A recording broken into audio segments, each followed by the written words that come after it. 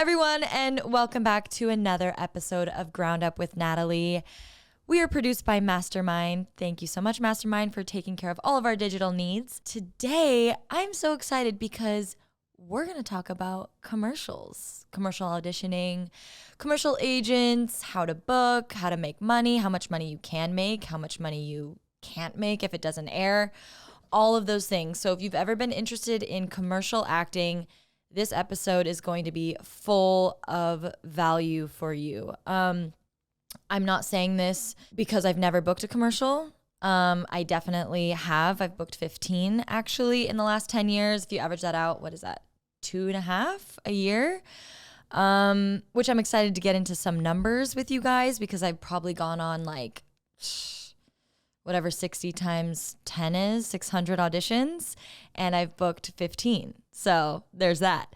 But it's very lucrative. And so let's get into it.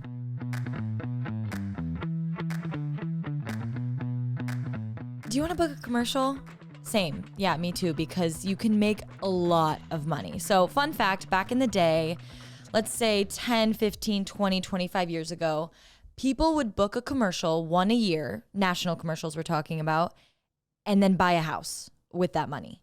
That's how lucrative it used to be. And it still is, but it's not as good as it used to be just because of how much content and media is being created now that they pump them out, right? Like back in the day, you book a Coca-Cola commercial and it airs 100,000 times, right? And then you get residuals and you make a lot of money. These days, again, you can still make a lot of money, but we're not talking like $200,000, $300,000, $400,000 unless you're Flo from Progressive or the AT&T girl or Jake from State Farm. Then you're making millions and millions of dollars. And that's a great goal too, but then you have to be aware of if you do book something like that where you are the spokesperson for a brand, you know, if you want to get into theatrical acting, it is going to be a little bit more difficult because now your face is very well known for like Verizon or whatever. I've heard from these people that like, you know, it's harder to book a film because they're so well known. But in the meantime, while you're auditioning for TV and films, I would suggest to definitely get into commercial acting. So let's start from the beginning, how you get into it, right? I started when I was 17, so 11 years ago in commercial acting. I was just submitting myself on LA Casting, trying to get into the union. Commercials are a great way to get into the union.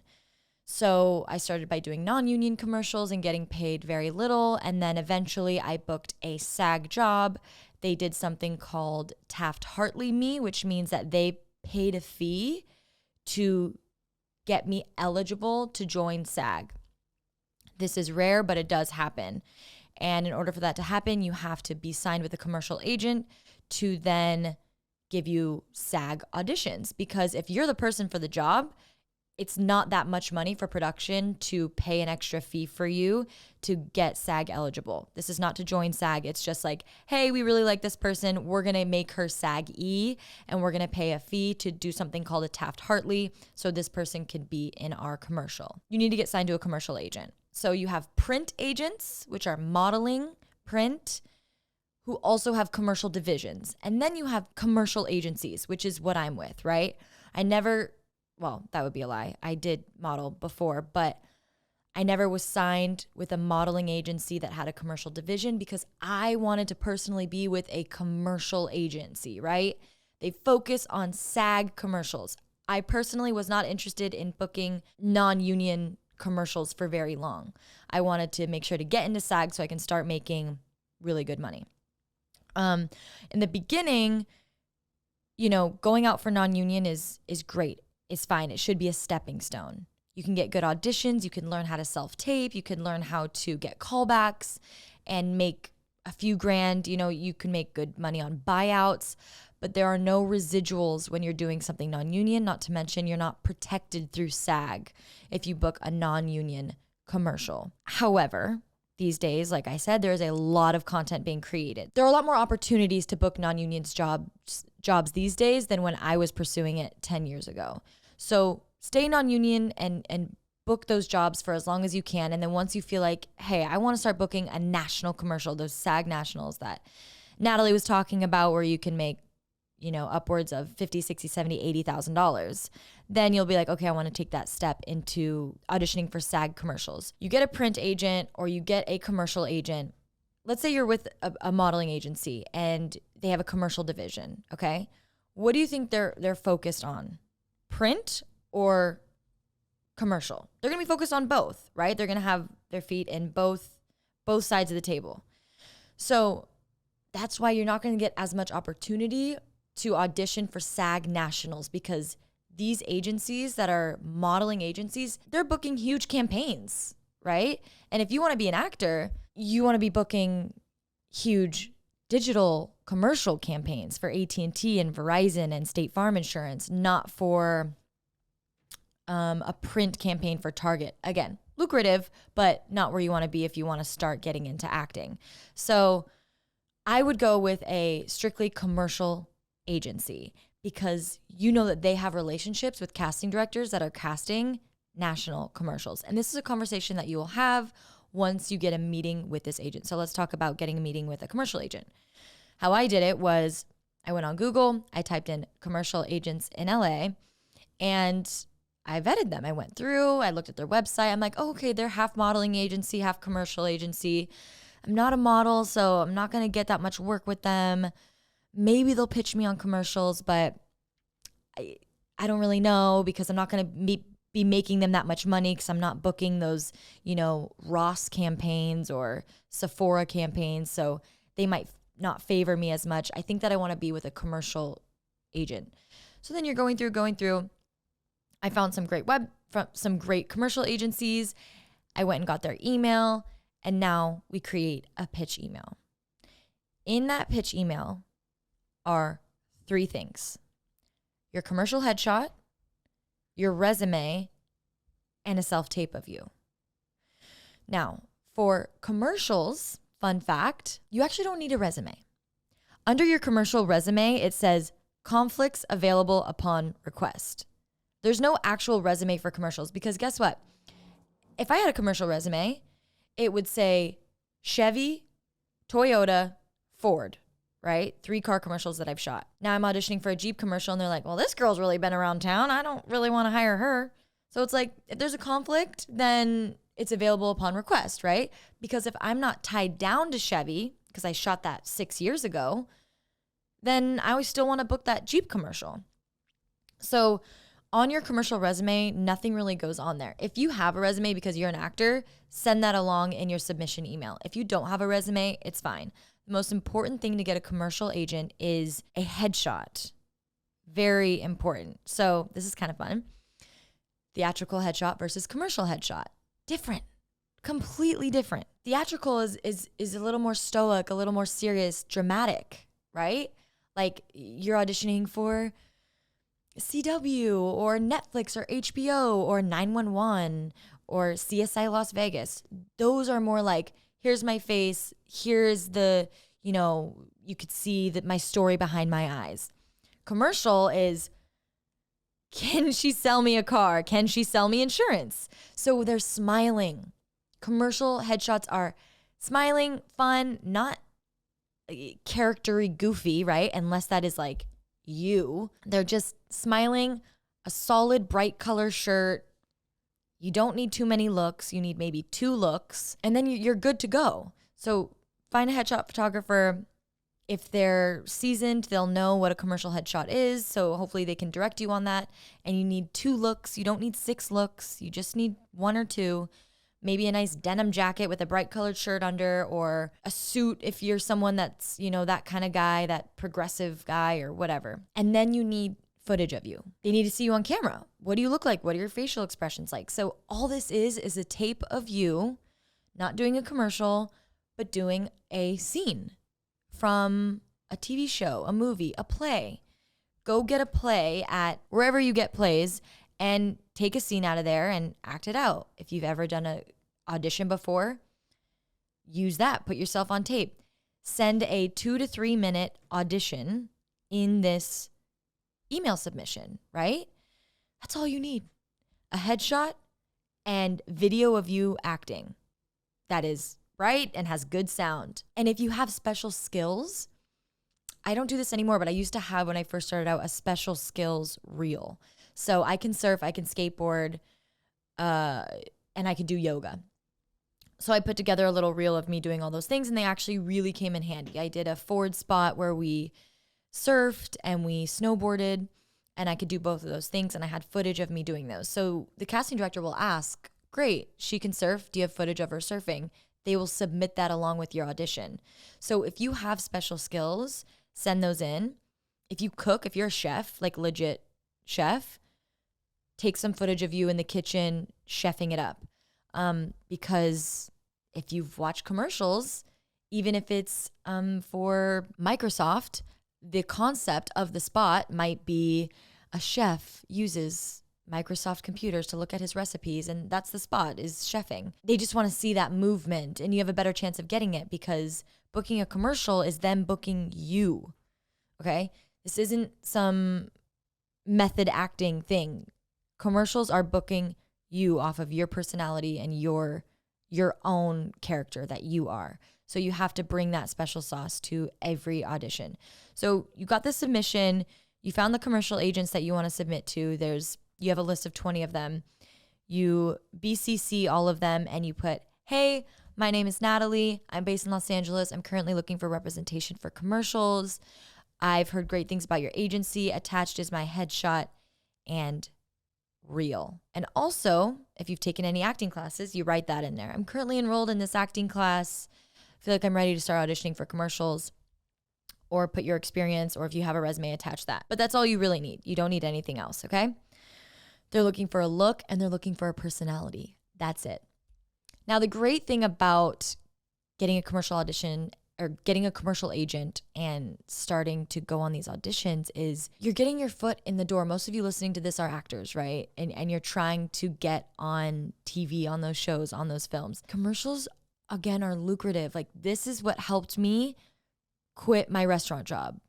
So the number one question I get asked is, how do I just move to LA and make money? Like, it's so expensive. And it doesn't mean you get to like quit everything and just do commercials, but it helps when you book a commercial and you get $30,000 over the course of 3 months for 1 8-hour day.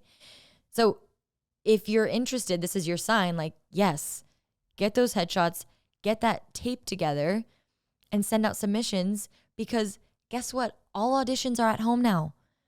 So once you get a good agent and you start getting these commercial auditions, you throw yourself on tape at home, boom, you get a callback, boom, you book something. It gives you momentum. It gives you confidence. It's helpful. Okay, another fun fact, when you start going to these agency meetings, whether that's over Zoom or in person, they should only be taking 10%. Legally, that is how it works through SAG. If you're non-union, I don't know what those parameters are, but that's why I think it should be important and a goal for you to want to join SAG, because you're protected. There are laws around how you get paid, when you get paid, net 30s versus, I hear some horror stories from modeling agencies where they didn't get paid for 6 months. Like, that does not happen if you are in a union and you are with a proper commercial agent. They only take 10%, which is really good because a lot of modeling agencies are non-union. If you do digital content for a brand, they take 20%. And then the agency gets another 20% from the client, which is, don't even get me started. So, okay, let's talk about commercial auditioning and how to book commercials. So I've done 15 nationals in 10 years, which I'm proud of, but it's really not that many. It's 1.5 per year. So 1 year I booked 3, 1 year I booked none. Each year I probably go on around 5 auditions a month on average, which is 60 a year. 5 times 12, 24, 36, 48, 60 a year. And then if you go 60 a year, I book 1.5. And you don't know that the commercial is going to air. So pros, tip, don't plan on it airing. You just go. You got to enjoy the process. You got to love it. You got to know that 1,000 failures equals 1 success. You just have to know that. You have to be like, I'm at home. I'm pursuing a career in acting. I have a tape today. That's great. I'm not complaining about it. I'm not mad about it. I'm happy. I'm excited. I got a callback. That's great. I didn't book it. That's okay. 1 step closer to booking one. By the way, I have friends right now who are series regulars on shows, And they're like, Natalee, how do you book so many commercials? Like, I want to do that. So if you're listening to this and you're like, you know what, it's too late. I've been pursuing this for a while, or, I'm too old. That's another great thing about commercial auditioning. I will do this until I'm 100. I'm sorry. But you can't tell me that making $70,000 in 8 hours is not worth it. Like, possibly, right?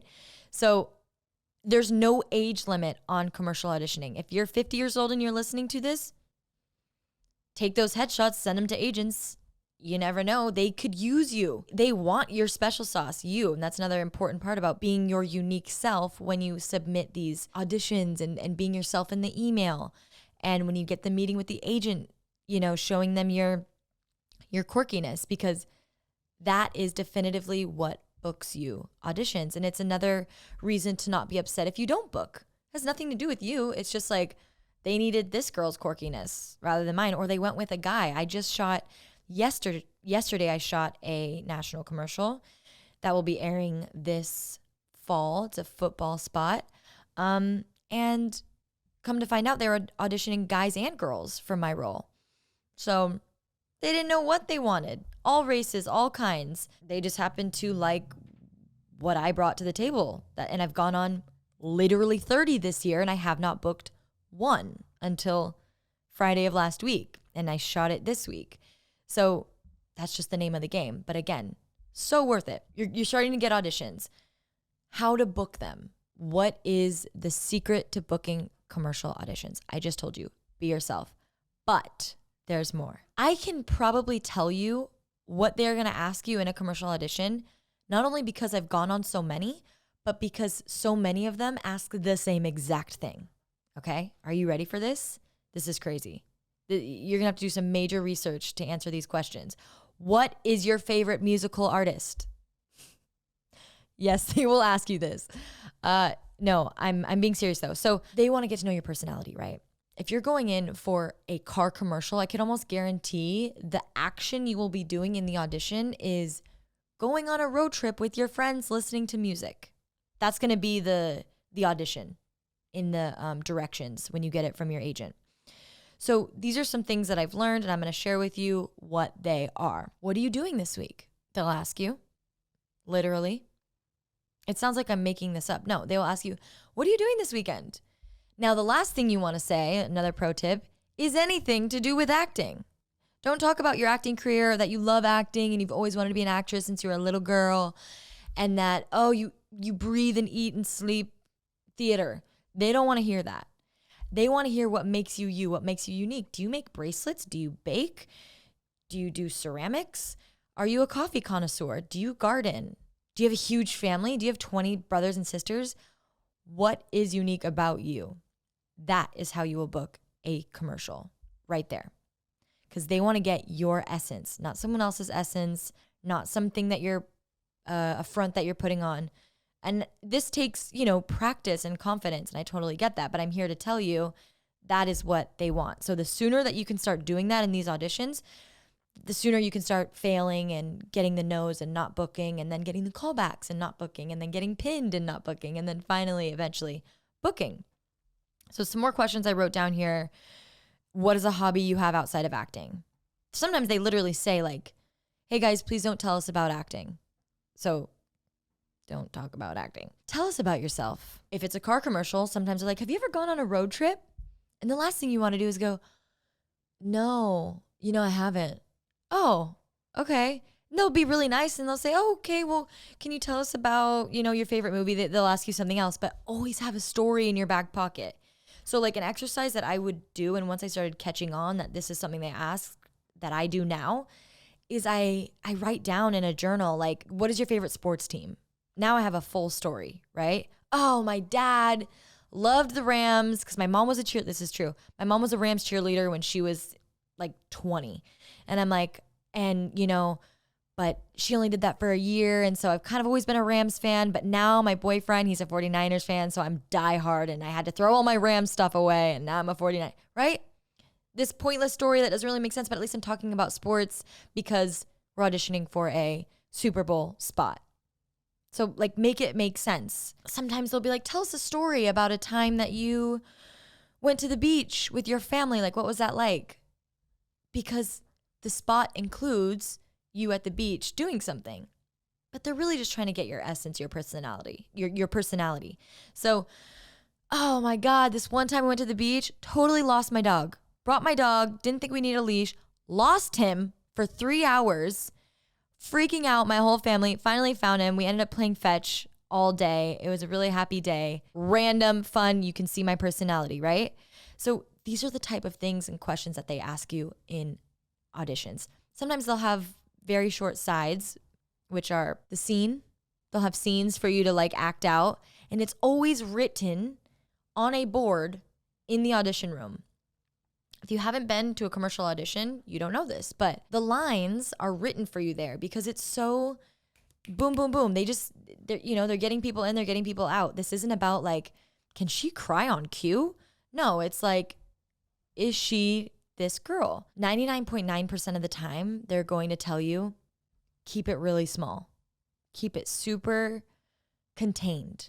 And I think this is one of the main things that actors can do wrong, I guess, for lack of a better word, is be really big because they think commercial and they're like, all right, you're super scared, like, because there's a flood coming. Let's say this is for an insurance commercial, right? And they're talking about how they insure floods. And so the spot is going to be, you're scared of floods coming. It's not like, oh my God, a flood. Ah, it's like, you look at your husband, it's just in the eyes, it's in the face. And so the person that does that, where they emote through just small facial expressions, are way more likely to book it over someone who is like freaking out. And if they want you to be big, they will say, hey guys, this is like one of those super funny, fun commercials where it's like, be weirder than you think it is. They will say that to you because they know that normally you're not really acting that way, right? It's all organic. They just want you to be a real person in a real circumstance. That is number one for commercials. So also, if you're driving a car in a commercial audition, if you're just listening to this and you're not watching, I have my hands on 10 and 2, like it's on the wheel. You're not spinning it like you're, what would this be? You're not like lifting weights with your hands. If you're driving in real life, what do your hands do? They just sit there. They don't move. They're on 10 and 2. If you're turning right, you might, shift your hands a little bit, but you're not wax oning, wax offing with your fist driving a car. You're just naturally, if you're driving down La Brea, what are you doing? You're sitting there and you're listening to music and da-da-da. So 99% of the time in a car audition commercial, which by the way, very lucrative, they're going to say, turn the music up and look out the window and put your hand out the window like you're feeling the wind. Boom. That is an audition for a car commercial. So what do you do in real life? You put your hand down there, you turn up the music. Oh, I love this song. It's a great song. You nod your head. Fuck yeah. Oh, don't say fuck yeah. Hand out the window. Okay. I do that in real life. Just smooth moving, organic. That's what they want. But add your little, if you have a funny laugh, use it. I've booked commercials where they're like, we do wild lines at the end, which is like you're just talking into the microphone, saying the lines without being in the scene. And they're like, can you just laugh? Like do like a funny laugh, because I have a very funny laugh. And if I kept that to myself or I hindered it because I thought it was weird, I probably wouldn't, have booked that commercial that I did my weird laugh in. Does that make sense? So the sooner you can start kind of being yourself and being organic, the sooner you'll book. You'll learn eventually, like, oh shit, I need to just like start really, using my little quirky tics that I have or whatever they are in auditions. Also, if you play any sports or you ever have played a sport, put yourself on tape doing every sport that you can. I can throw a football. I can, especially in a 15-second commercial. So I've had to do that, where I've had to throw a football. Go to a field, throw a football, kick a soccer ball, like anything you have. These things are really going to come into handy because they rather go with someone who played soccer for 4 years in high school than someone who's just an actor. Now, this actor might book it because they were more the part and they're great, but you'll have a better chance because you're also great and you have those skills behind you. So you want to use everything that you have. Don't be afraid. Don't be ashamed. Like, it's almost kind of fun. It's liberating because in theatrical acting, it doesn't really matter if you've played soccer in high school. They're just going to kind of like go with the person who can act better, right? They'll hire a coach for that person to like learn how to chef or learn how to street race. If you're a street racer, like put that in your special skills. Anything unique. You guys, I'm actually a great example. I have no special skills. I've never played a sport in my entire life. I've never like horseback ridden or anything like that. My dad's a surfer because I'm from Orange County. I have been on a surfboard. Okay. Guess what that makes me? A fucking surfer in the commercial world. No, but I can get up on a board and I could ride a longboard. So I really like milked that. If they need someone who is proficient in something, a professional surfer, a professional snowboarder in the spot, they're going to hire a professional, right? It's a good example. In the Ford commercial that I shot, they said, "Can Natalee surf?" And my agent said, "Yes, she can surf." So I went to the audition and they're like, "All right, everyone can surf." And I'm like, I can only ride a longboard. A longboard's like a boat, literally. So I can ride a longboard. I cannot ride a shortboard. I can't even sit on one in the water. They're really hard to ride. So I said, yeah, I grew up surfing. My dad's a surfer, but I can only ride a longboard. I cannot ride a shortboard because I knew if they want a surfer in this spot, they're hiring a professional surfer, whether she's going to body double or they're going to like be in the spot. Sure enough, I booked the commercial. Tia Blanco, a professional surfer, was hired to be the surfer in the spot. And the other girl was a really good snowboarder. And I could do both a little bit. So I was just there and I could snowboard. I could get off a ski lift and go down you know what I mean? Don't be afraid to like say that you're good at something because if they need someone to box in a spot, they're going to get a professional boxer. But if you box 3 times a week, guess who boxes? You write that. Like, hey, no, I can box. Like if they need someone for a spot, a commercial where it's like, they're going to actually be punching other people, whatever, they'll hire someone to do that. But you're absolutely qualified to be a fake boxer in a spot because you know how to do those moves. You box 3 times a week. I do yoga 5 times a week. They will hire a yogi who choreographs yoga if they need that, but they can definitely use me in a spot where poses are needed. I can do that. So, be honest with yourself, but don't leave anything out. And when you are pitching yourself, by the way, to agents, write that in the email. Hey, by the way, I'm a boxer, I horseback ride, and I am a baker. Like I love to bake and, my ex-boyfriend is an actor. He's also a chef. There was a Pinterest audition that came up and they're like, hey, we need actors who are chefs. Perfect. He got the audition. I shot him in the kitchen, chefing it up. Boom. That came into handy, right? It's shot in Mexico, like a dope Pinterest spot. Who would have thunk that Pinterest needed a chef for their commercial? So little things like that. But make sure you put that in your pitch email. What should you wear to an audition? So there's a few staples that I think that you should have in your closet at all times. One of them is a polo, like a dark blue polo for an AT&T audition, a Taco Bell audition, a Farmers Insurance, right? It's like if you're the clerk or whatever, by the way, super lucrative. Doesn't matter if you work at Farmers Insurance, you're still going to make the 50 grand if it airs a bunch of times. So that's something that you should have in your kit, let's call it. You should have a fun colored blazer and a normal colored blazer. The commercial I booked that I shot yesterday, I wore a vintage green, bright green blazer to the audition. It was for Hilton. And she was she works at Hilton. So a hotel concierge. What do they wear? They wear blazers.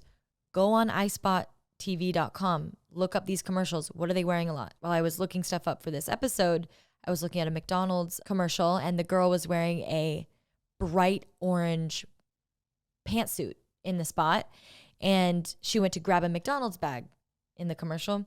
And the M is yellow. And then on the outside of the M is outlined bright orange. So that's why they dressed her in that. So like, look up the spot. What are their colors? Best Buy is what? Yellow and blue, right? What can you wear that's kind of like you're the Best Buy person? One thing that commercial auditions will tell you that theatrical auditions won't is wardrobe, though. So if you're auditioning for TV or film, there's no wardrobe notes. It's not like, wear this. In commercial auditions, it does say. It'll be like upscale casual, date night attire, unique self. A lot of them say unique style. That just means you. When it says that for me, I wear something fun, super fun. No stripes. That looks really bad on camera because it messes with the lens. It messes with your eyes when you're looking at it. So don't wear horizontal stripes. But, you know, I wear bright colors, turtleneck with overalls over, you know, like fun. Depends on what it is. But if it says unique style and I'm auditioning for Taco Bell, well, go look at their audition or their commercials. It's always these really cool people that are almost look like they're in Euphoria. These are things that you need to do to book commercials. Do your research, look at what you're auditioning for, wear a fun outfit that speaks to you because you want to feel yourself. So don't wear something where you're like, oh, I feel so not cute in this. I mean, a polo isn't necessarily like the cutest, but you know, sometimes you have to dress the part. Yeah, I would say commercial auditions, you definitely dress more of your character rather than theatrical auditions. You're not going to like deck out in something like scrubs. Whereas in a commercial audition, if you're auditioning for a doctor and you have scrubs, like wear them. I was looking at a Golden Corral commercial. Red is their color. So wear a solid red shirt for that audition maybe. It's super simple if you think about it. Okay, a callback for an audition is great, super fun. You're with the director in the room. Sometimes there's a producer in there. So there's like 2-3 people in there. Really what they're doing there is again, trying to see if you're the essence of the character for the spot, as well as if you can take direction. So another reason to have so much fun. It's really just to see if you can take direction. They want to know, like, can I hang out with this person for 12 hours on set? That's all they want to know. They're not booking you for 6 seasons, 1 day. So they're really just like, can I kick it with this person? Are they right for the spot? And then it goes through, you know, and you have to get approved by the client, which is McDonald's or whatever. So it goes through a lot of hoops.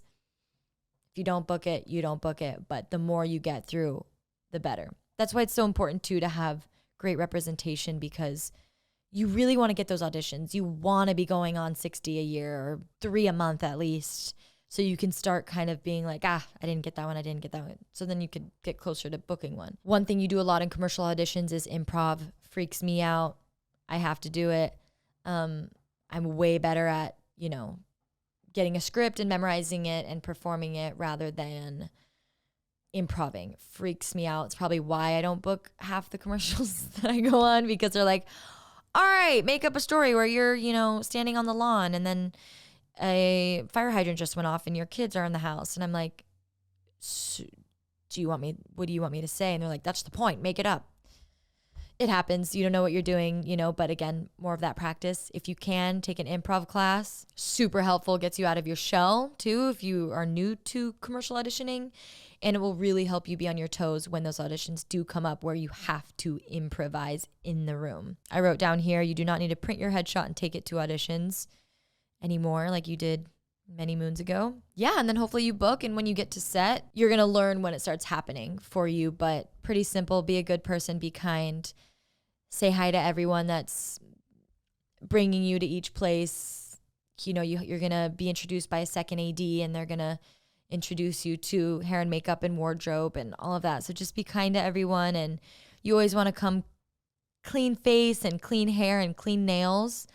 They should tell you prior if you need to bring any clothes to set, but usually if it's a SAG national commercial, for the most part, they're going to have a wardrobe stylist who is completely, you know, decking you out and hair and makeup. One thing I do always ask before I go, because the producers they have a million things going on, so they probably wouldn't think of this, but I always ask about my nails. If you have fake nails on, you got to make sure that that's okay with everyone involved. So you don't want to get to set and get yourself in, you know, trouble. They should know and take care of that, but everyone else has a million things going on. So for some reason, one thing I take into consideration every time, like for this spot yesterday that I shot, I emailed the producer the night before and I was like, hey, my nails are not done. Is that okay? And he said, yes. Sometimes they'll be like, go get your nails done. And then you get it paid for. Make sure you keep your receipt. That's totally paid for. Sometimes they'll reach out before and say, hey, I need you to go get, nude gel nails or pink or whatever. Sometimes they'll have a manicurist on set. But that's kind of a random one that I've found that kind of every time before a commercial, I'm always reaching out about. Other than that, it's super self-explanatory when you get to set. You're so taken care of, you guys. We're so lucky as actors, especially again, once you're in that SAG world, you're treated like royalty. You should be, at least. Not royalty. You're treated just very well. It's like, all right, we have Natalee walking in, we have talent walking in, and they're walking and they're going to the green room and da-da-da. So it's fun and people are showing you around and it goes by really fast. So enjoy it while you're there, but definitely enjoy the process because that part is never going away, you guys. If you can imagine how many commercials I haven't booked, in those lulls where like the last one I shot was before yesterday, it was last March. So that's over a year ago since I've booked a commercial audition. And I've been auditioning every day since last March. We averaged it out 60. So I've auditioned 60 times in the last year. And I just booked my first one on Friday of last week. So it's part of the process. But guess what? If this airs a bunch of times, I'm going to make really good money. That's going to make up for all that other time.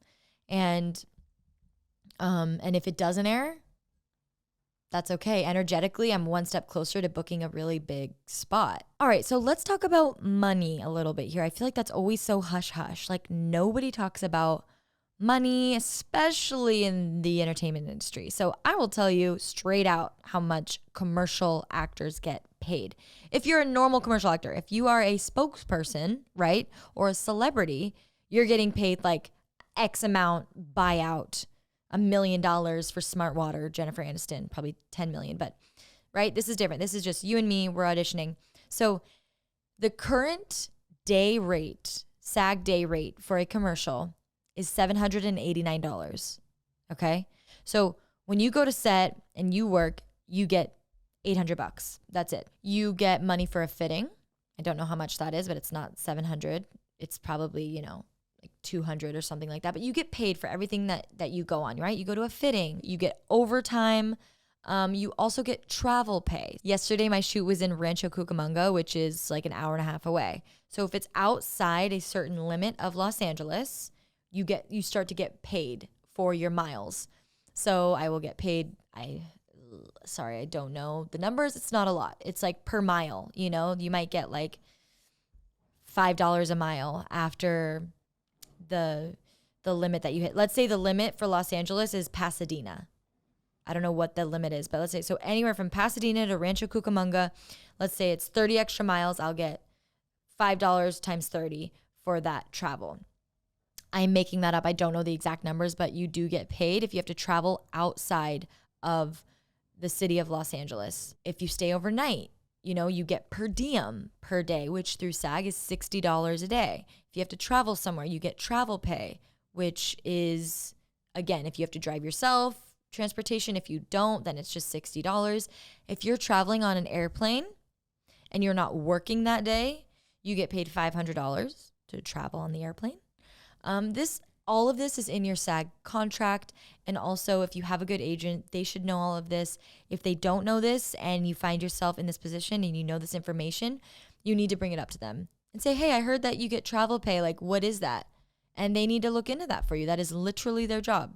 So make sure that, there are some times that people are doing 1,000,001 things and they won't take that into consideration or remember. And especially the producers, love them. My boyfriend is a producer, but they're not necessarily making sure they crossed every T and dotted every I to pay you more. So, because that comes out of their money, executive producers. So you do want to make sure that you're taking care of yourself. Again, if you get your nails done or anything like that, that is reimbursed. If you bring your own outfit to set, if you wear your clothes in a commercial, you get paid for it. So non-evening wear, what I'm wearing, t-shirt and jeans, is $20. And evening wear, like a nice dress or something, is like $36 or something like that. And that'll be on your paperwork when you go to set and you sign in. The second AD will hand you paperwork and you'll sign all of that. and you check the box that says like, I wore my own, it'll say day wear, and you're like, I am wearing this in the commercial, not to set. And then make sure you take pictures of all that paperwork that you do, the W-9 or W-2, the contract that is with the client and you and your agent and all of that. So I kept talking about how lucrative commercials are. So how you make your money in commercial are from residuals. What residuals is the amount of times that it plays on air. So if you've ever seen those commercials where you've seen them a million times, those actors in that spot are making a lot of money, right? And the length of time. So if it airs for 2 years, you're going to make a lot of money. It's airing. You're getting paid every time that commercial airs. Now what happens is the first times that it airs, you're getting paid more, okay? So the 1 through 100th time that it airs, you're getting paid, let's say, 100 times every time it airs. $100 every time it airs. 100 times to 500 times that it airs, you're getting paid $50.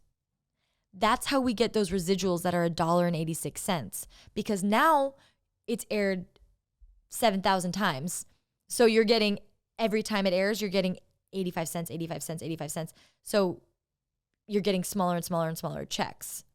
But those first times are very, very lucrative. If it doesn't air, if your commercial doesn't air, you're SOL, like straight up. I did a commercial with Neil Patrick Harris. Super excited, huge. The production cost was so much. They paid hundreds of thousands of dollars for this commercial. Never aired once. So I got paid $780 for the day and a couple $100 the day before for my fitting. That was all I made. But it happens. And I was okay with it. I was like, okay, because I already knew that these are the things that happen. There are such things as buyouts as well, even in the SAG world.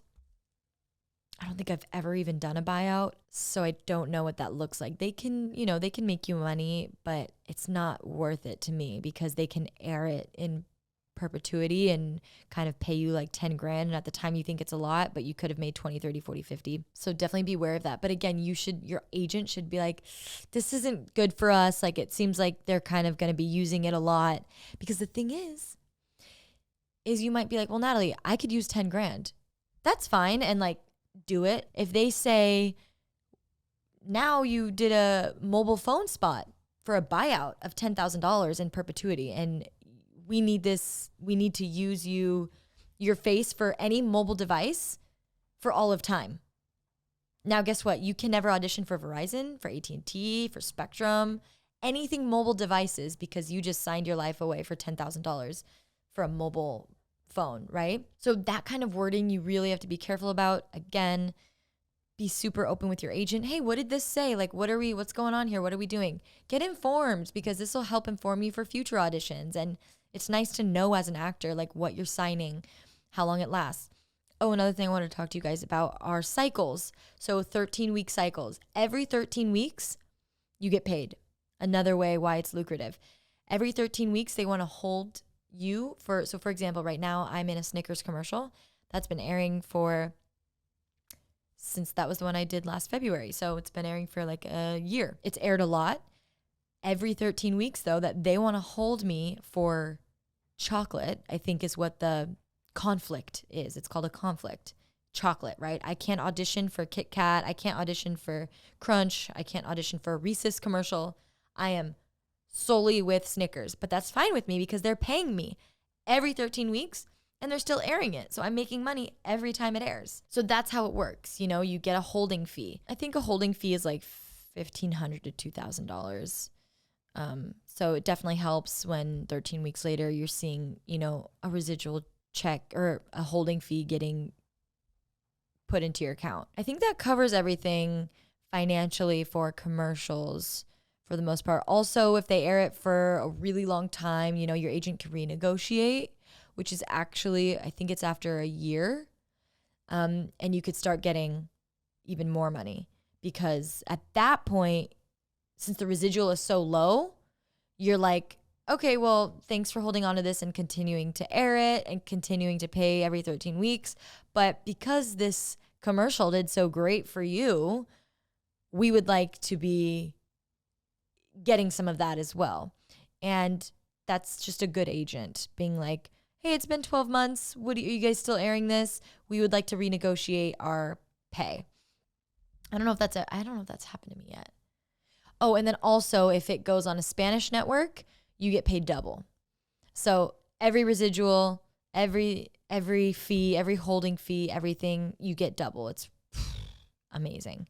So beware of that as well. So residuals, I honestly haven't cracked the code. They're not black and white. Again, in the beginning of the cycle, when it first starts airing, you get a certain, I don't even think it's a percentage, it's an amount that you get for the first time it airs to the 100th time that it airs. 1 through 100 times that it airs, you get the same amount every time. So if it airs 100 times at $30, I don't know what the amount is. I don't know. Then you'll get a check for $3,000, right? It aired 100 times. Let's say that initial residual is $30 per time. It's not. I think it's more. I don't know what it is. There's the first 100. After 100, it goes down. Now, 100 to 500 times that it airs, you get $20. But now it just aired 400 more times at $20 per air. That's $8,000. I don't know that that's informational enough because I don't know the amounts. But it goes down. The more it airs, the more your residuals go down. But it has to hit you still get great pay from 0 to 500. And then from 500 to 1,000, it just goes down a little bit per time it airs. But imagine it airing 500 times and you getting $70 each time for that. That's 70 times 500. And then it goes down to 60. I just gave you a different amount. I don't know what it is, but it adds up. Again, I think I started this whole entire episode up with back in the day, you could make $100,000, $200,000, $300,000, $400,000. I haven't seen that in my day, but I have seen $30,000, $40,000, $50,000, $60,000, $70,000, $80,000 from one commercial. So it is possible. It's very helpful for an actor who is trying to survive in this environment. And it definitely gives you a confidence boost along with everything that you're doing. You can be doing real estate and still commercial acting. I was on set yesterday and the other actor was on the phone and he's like, hi, yes, my client would like to come see 157 North Hudson Avenue tomorrow. And he gets off the phone. I'm like, bro, are you a real estate agent? He's like, hell yeah. And I was like, I love it. So, this is just another avenue to make some money. But the best part is if you are pursuing a career in acting on TV and film, you're getting auditions, you're getting comfortable in front of the camera, you're meeting directors, casting directors, you're just getting more comfortable in the industry as a whole. You guys, I hope that this was helpful for you in getting your commercial career going.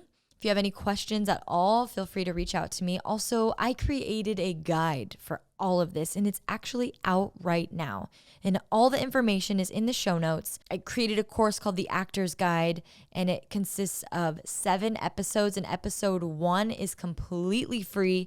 So click the link in the show notes and give us your email and we will send that on over to you. And within that is a commercial workshop guide as well. So more on that. And if this was helpful at all, if you got any nuggets, please share it with a friend. And don't forget to rate and review the podcast. And also let me know because I'm an actor and so I need a lot of validation. So please DM me if this was helpful for you.